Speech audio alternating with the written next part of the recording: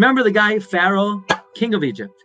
And Paro gets word one day from his astrologers, we see in the stars that the savior of the Jewish people, the man who's going to take your whole workforce out of the country and deplete the whole economy, he's going to be born today. And Paro says, oh no, Paro's sweating. Paro can't, he doesn't know what to do. So Paro says, I have a great idea. We'll just have to exterminate every single child that is born today. We're going to throw them in the Nile. They're going to be eaten by the asp and the crocodile. And sure enough, every kid that's born, thrown into the Nile, crocodile comes, bam. I was recently in Phoenix. I visited a zoo. If you get within 3 feet of a crocodile, with lightning speed, they will snap at a piece of meat so quickly, it's as if it never existed. And every child was thrown into the Nile, and they just disappeared like that. And God is looking down from heaven, and he says, Paro, you really think you're going to eradicate the savior of the Jewish people? Watch this, Paro. Baby Moshe is put into the Nile. He's floating through the Nile River. Paro's daughter comes. She hears a child crying. She brings the child in.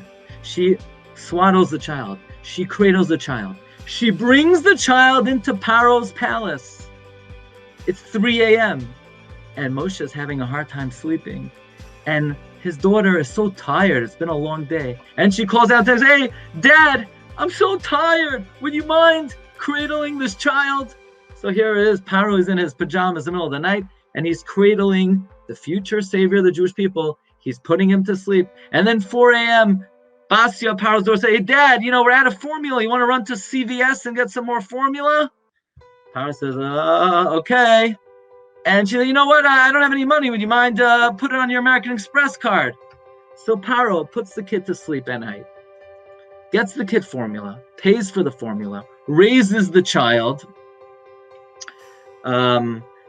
develops the child. In fact, the commentators explain, why did the divine providence have it that Moshe Rabbeinu should grow up in an Egyptian palace? Why couldn't he grow up with the rest of the Jews? So they explain this was for a vital purpose, that it was, if Moshe Rabbeinu would have grown up with the rest of the Jewish people, they had a low morale, they had a slave mentality. Moshe never would have developed, he never would have cultivated leadership qualities. So Moshe Rabbeinu had to grow up in Paro's palace so Paro could groom Moshe to be the ultimate leader and king of the Jewish people. So Pharaoh, you think you're eradicating the savior of the Jewish people. Not only is your decree not eradicating the king of the Jewish people, you are grooming, you are creating, he's growing up in your palace. You will bring him to fruition. You will develop him so that ultimately he's going to take out the very people who you want to keep in. This is how God is able to operate. He doesn't need to destroy the enemy.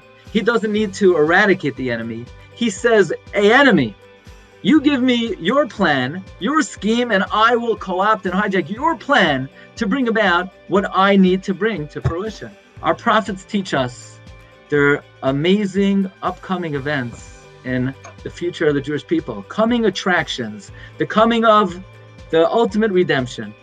So all we need to do, sit back, relax, enjoy the show. The Rebbeinu Shem has everything under control. Don't be anxious. Don't be worried. Don't be despondent. Just when you think that this is a hurdle or a challenge, Rebbeinu Shem says, that's exactly what I want. That's the string, that's the tool that I'm going to use to bring me, to bring you, to bring our community, to bring the Jewish people the greatest happiness, the greatest success, and ultimately the redemption we're all hoping for.